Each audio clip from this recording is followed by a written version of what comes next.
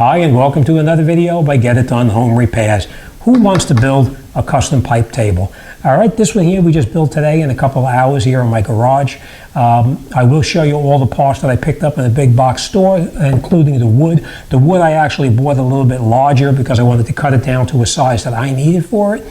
But if you don't have a saw, you can have the big box store cut this to whatever length you need, just so you know. All right, so enough talking. Let's get the tools out. I'm going to show you what we needed as far as parts to buy in the store and what kind of tools we needed, and we're going to get this job done. All right, so stick around and let's get this job done. Okay, and here is a picture of all of the parts that you're going to need to assemble the legs of the custom table you're going to be making. I will put down in the description below all of the pieces that you're going to need, but let's just give you an example of what they look like right here now. But like I said, I will put it in the description down below. Now this particular one is a 3/4 inch pipe, black pipe it's called. These are the couplings that put it back together, the T's and the one coupling. These are the legs for the support. They're called floor flanges, and plus the pipes. But I will put the description down below the video. Here is a schematic of what it's going to look like when you start assembling everything, where all of the T's go, where the coupling goes, and the floor flanges and such as that. And here we're going to assemble the lower part of the leg. We're going to put on the floor flange first. It just screws on as tight as you can. Then we're going to take our T, screw the T onto the lower part of the table leg, and that's one. Now we'll put the other three together at the same time.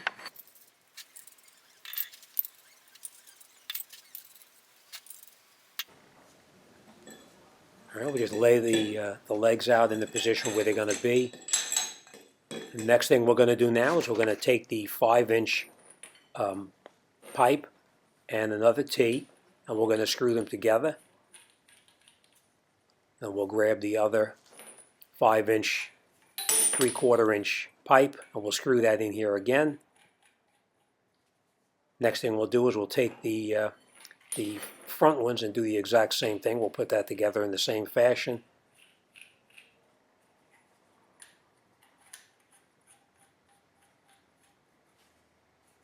And now we're ready to assemble the legs so that they're the correct distance from apart. We take the one leg and just screw it into the one part of the T as far as you can. And now we'll grab the other leg and we'll screw that into the T again. Don't worry if everything is straight. We can straighten this all out later on. Just screw it together until it's fairly snug. And then once you have it on the floor, you can turn it to adjust it as needed. All right, let's assemble the other one now so that it's ready to put together again.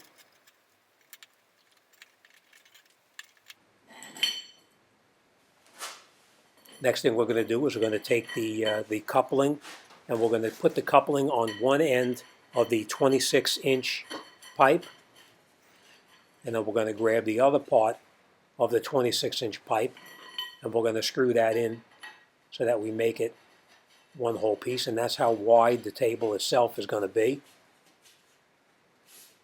And now we'll take the legs, screw it into the legs.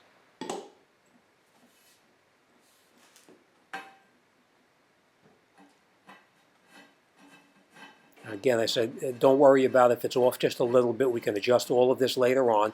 Just screw everything in until it's fairly snug right now. And then we'll grab the other set of legs and we'll do the exact same thing. We'll screw them onto that pipe as well.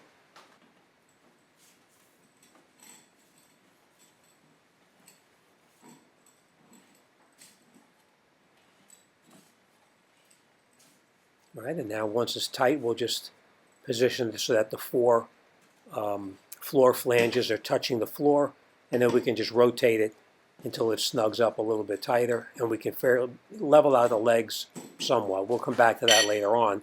And now we'll take the upper part of the leg, the table leg, the 26-inch, and we'll put another flange on top of that. That's the flange that the wood is going to connect onto.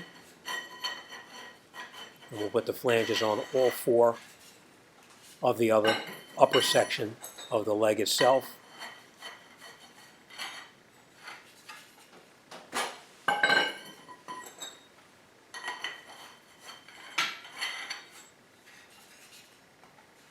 And now we take this and we screw it into the T, the upper part of the T, and screw it down until it's snug. It doesn't have to be real tight, just snug, because we're going to come back to this later on. We're going to make our final adjustments once we're ready to put the wood on top of it. Screw it all together, and that's it. This is what it is going to look like after you put everything together.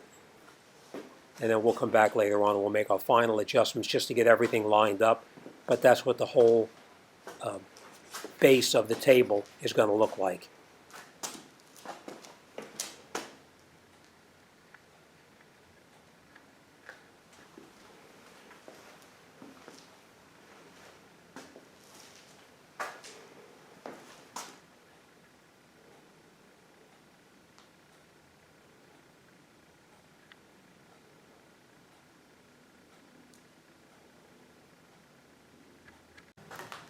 Okay, the next thing we're going to do is we're going to lay the table on a hard surface, both pieces of the table, and we're going to mark approximately where the table legs are going to attach onto our surface. Once we have that approximately where it's going to be, now we can come up underneath here and we can attach the wood that's going to hold the two pieces of the table together into one piece. So now we know where the legs are going to be, so we're going to put this on here so it does not interfere with the legs. We're going to mark the size of it. Again, it's not going to interfere with the legs here as well. The last one over here. All right, so now we know where our wood is going to go. Okay, now we're going to measure where we're going to lay our support pieces across the top to join the two pieces of wood together. Now we have 2x10s here, but 2x10s are not 10 inches wide. They're actually about 9 inches wide. So you want to make sure you measure it and then lay it out so you know exactly the length of the wood that you're going to put on there. Once we mark it, we'll cut it right here. On the saw, and we'll just cut it through. So now it's the exact length that we need, and we're going to do the exact same thing for the other two supports that we need. Okay, now you can see here I turned the blade at an angle because we want to cut the wood at a 45-degree angle so that we don't have a sharp edge sticking down. So we're going to cut it at a 45-degree angle, so that way it'll be a nice, clean, finished project. And we're going to do that to all three of the pieces of wood on both sides of it. So we need to make a couple of cuts. Once we make the cuts, you can see it's a nice clean cut. We'll clean it down later on with a piece of sandpaper, of course. We're going to cut the other ones now. And once they're cut, it's ready to start to assemble the tabletop. All right, so now we have our legs of the table sitting on top of it in the approximate location where they're going to go. Like I said, they're not exact, they're just approximate. We're going to measure the width of the wood. Like I said, there's a custom table, so you can make it any width that you wanted to make it. I'm going to find the center point, and we're going to mark the center point on the wood.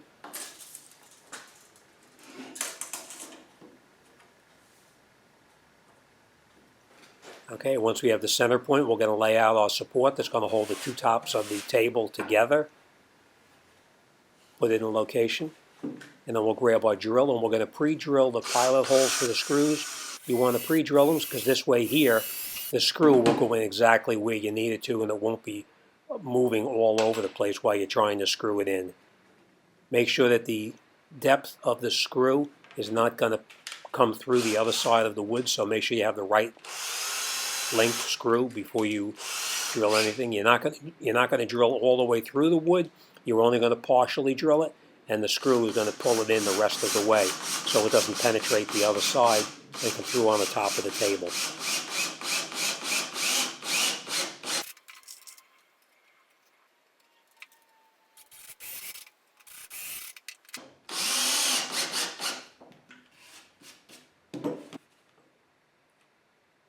Again, make sure you set the depth of the drill so you don't accidentally drill through the other side and damage the top surface where you're going to refinish later on. Again, we're going to pre-drill the holes so we know that it's going exactly where we want the screws to go, and pull the wood as tight as we possibly can together. We'll drive the screws all the way in until they're slightly recessed inside the wood, so it's not sticking down. And now we're going to go to the end, and we're going to do the exact same thing on the end. We're going to measure where it's going to go so it's nice and straight, and then we're going to grab our drill and we're going to pre-drill the holes again before we put the screws in there. Just make sure it doesn't interfere with the legs of the table that you're going to be putting up. Make sure you're evenly spaced so that it doesn't interfere with the legs at all.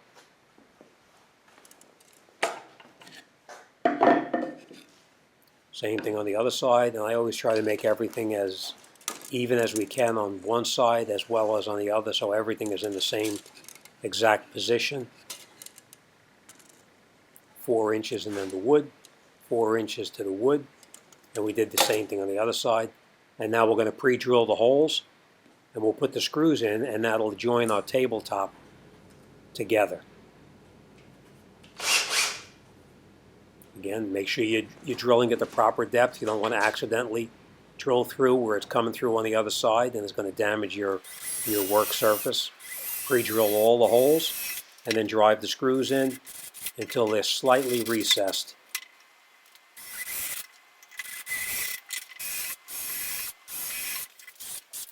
We're going to go to the other side now, and we're going to do the exact same thing on the other side.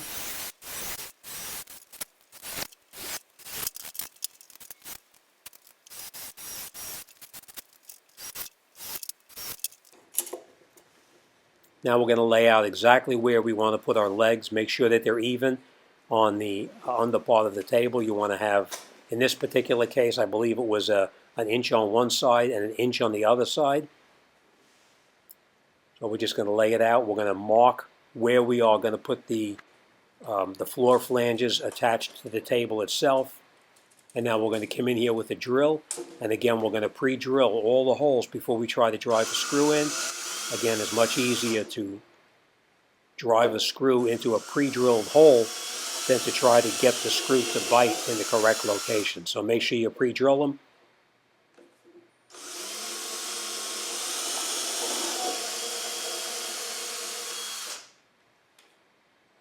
And after it's pre-drilled, then we're going to grab the screws, and we're making sure that the screws are shorter than the other screws that we use so that they won't come through the project and stick through the top. Make sure you have the correct length. And now we'll drive them all down.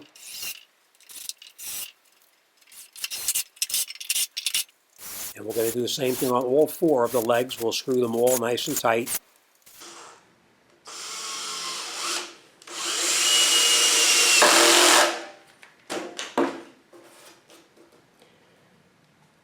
We'll do the exact same thing on the other side now. Now we flip the table over, and you can see that this is what the top of the table looks like.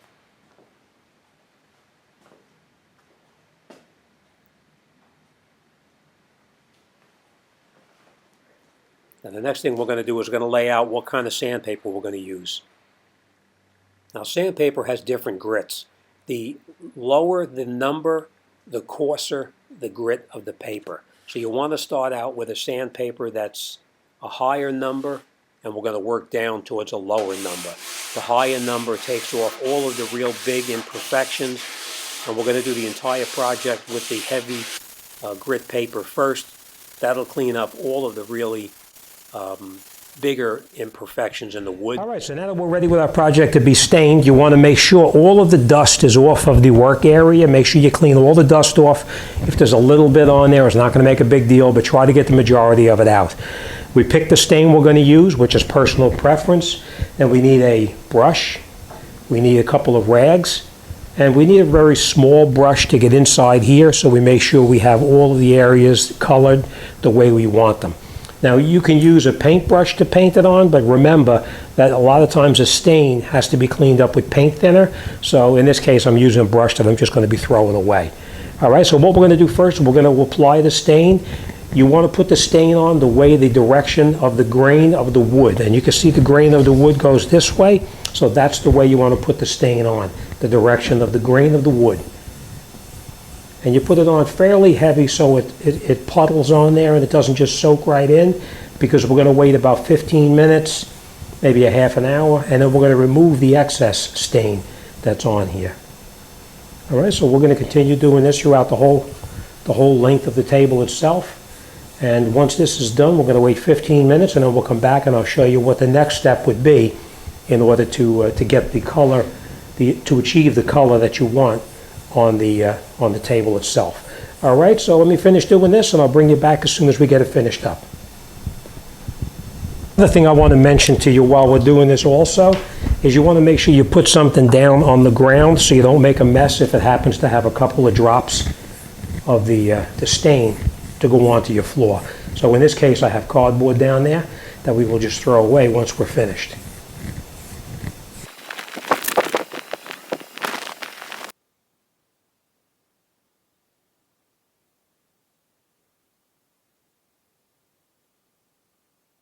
Now after the stain has dried sufficiently, you come in with a clean cloth, and we're going to wipe off the excess in the direction of the grain, okay?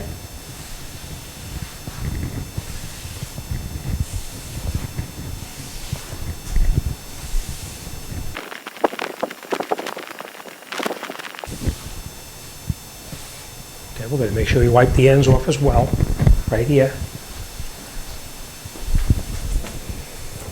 Now, we did already stain the bottom of this, just so you know, but that's personal preference. If you want to stain it, you can. You don't necessarily have to.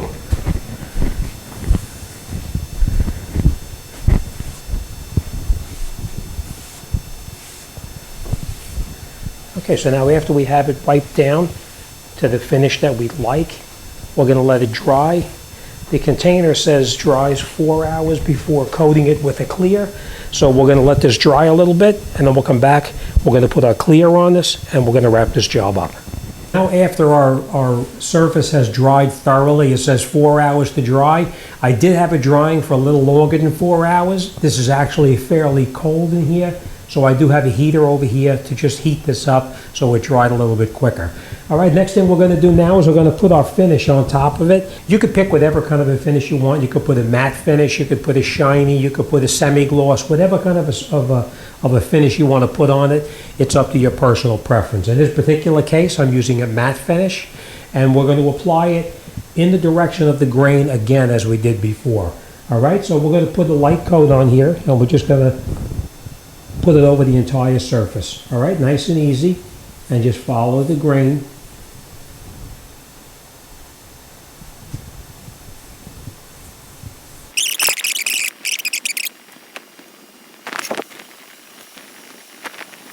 So once our project is dry and the varathane that's on there, or whatever you put on there as a clear, is nice and dry, we're going to come in here with a 220 grit sandpaper, and we're going to sand the top of the wood very lightly, just to take off any kind of bumps or burrs or any kind of little imperfections in the clear coat.